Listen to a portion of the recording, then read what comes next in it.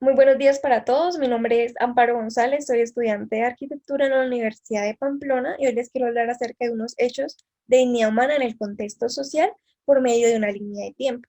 Quiero hablarles sobre el concepto de dignidad y es esa capacidad que tiene el ser humano de tomar decisiones de una forma libre y autónoma y que se le respete, puesto de que el hombre es un ser racional.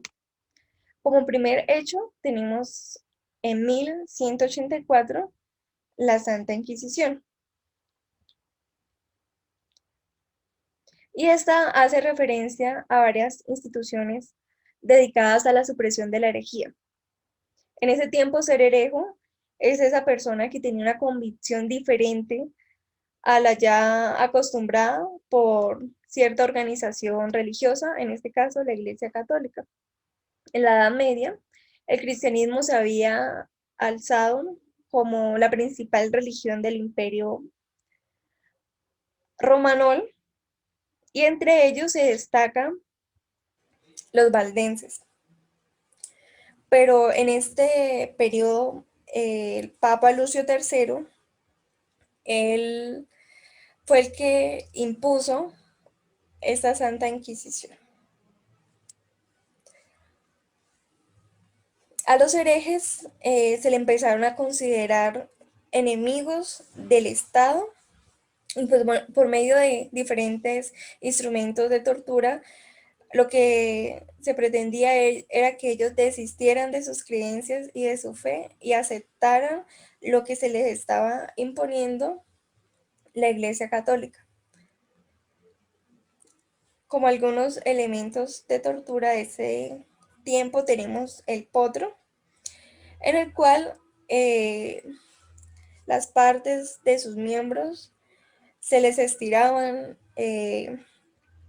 Todos estos ejemplos que vemos aquí se hacían con tal de que ellos desistieran de su creencia.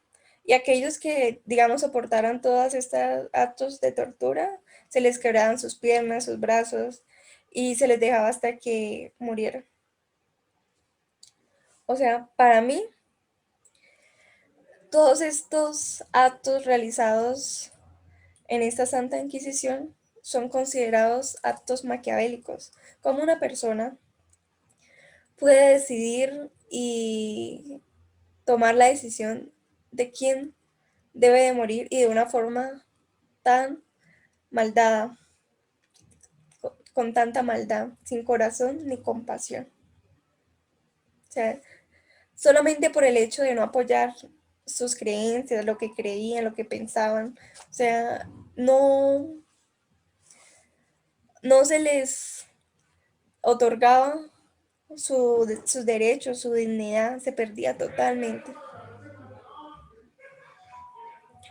Y como una pregunta reflexiva quería decirles que si usted también está haciendo actos como tomar decisiones del actuar de su pareja y sus amigos. Y este hecho lo considero un hecho heteronoma por el cual la Iglesia Católica era el que imponía sus normas, la forma de ser, de actuar de las personas en este tiempo. Falta un poco de la ética del mínimo, donde se impusieran estos derechos de justicia para cada uno de estos seres racionales. Como segundo acto, tenemos la independencia de Colombia el 20 de julio de 1810. Fue un acto simbólico alrededor de la prestación de un florero, que fue el motivo que llevó al levantamiento de este pueblo de Santa Fe y proclamar su campaña libertadora. Los criollos ya buscaban la independencia de la corona española, ya estaban muy cansados por los tratos a los que eran sometidos y por la desigualdad que la corona y los reyes españoles les daban.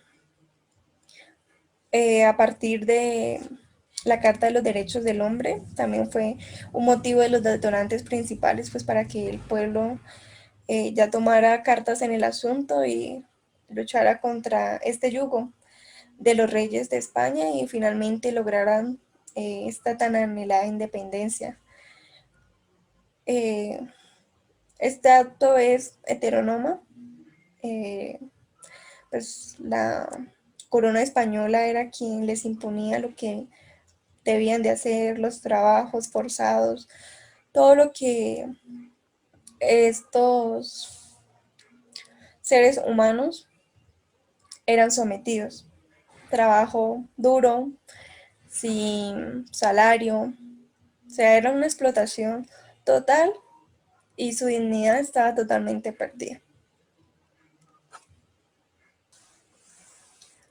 Como tercer acto tenemos la abolición de la esclavitud el 22 de marzo de 1873.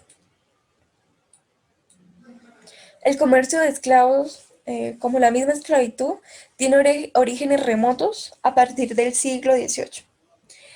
Este tráfico de esclavos era una actividad económica que se hacía en África desde tiempos muy antiguos. Sus comienzos fueron asociados a guerras o catástrofes que hacían que las personas se trasladaran a otro lugar. Y estos esclavos no eran considerados seres humanos, eran bienes, un negocio, una oportunidad. Y a pesar que se dio la abolición legal de la esclavitud en todo el mundo, y hoy su reconocimiento como un crimen contra la humanidad, la esclavitud y el esclavo como prácticas continúa en la época actual. Entonces, como una pregunta, ¿continúa en la época actual? Puedo decir que sí, pero ya no se ve muchos casos, pero sí se puede ver con el tráfico de personas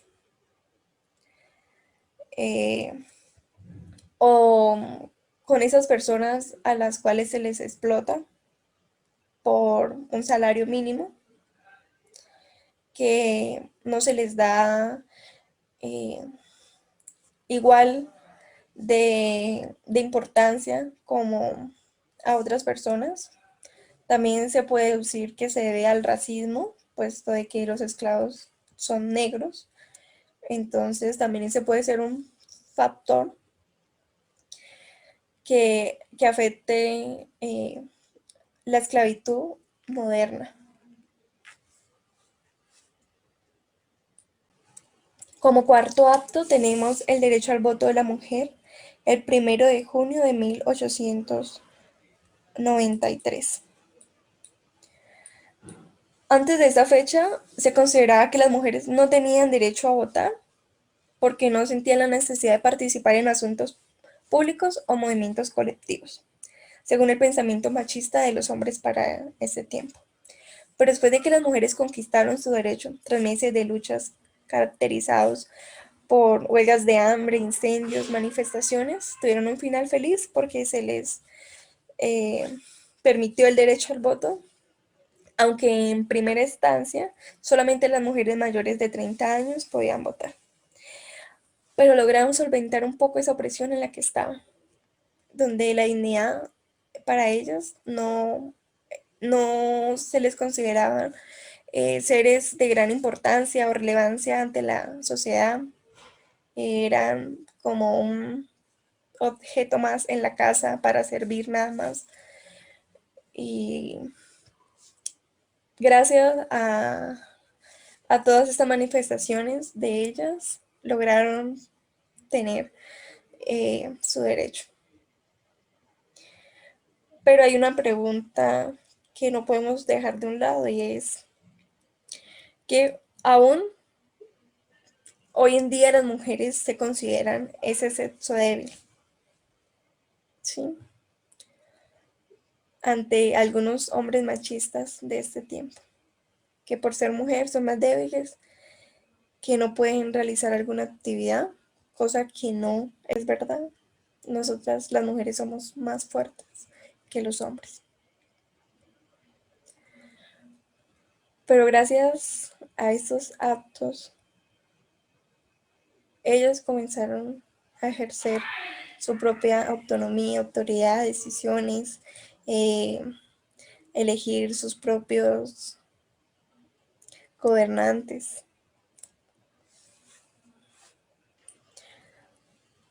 Como quinto acto, tenemos la persecución del pueblo judío desde 1933. Tras el poder de los socialistas en enero de este año y con Adolfo Hitler al frente, los nazis dieron comienzo a una política de persecución y eliminación de este pueblo judío. Estos socialistas dictaron una ley que contemplaba por primera vez una ideología racista. Los judíos fueron expulsados de todas sus actividades, sus funciones públicas, de todas las universidades, colegios, se les privatizó totalmente la entrada a lugares públicos, se les confiscó todo lo que les pertenecía a ellos. Y para estos periodos murieron alrededor de 6 millones de judíos en estos campos de concentración a través de las cámaras de gases.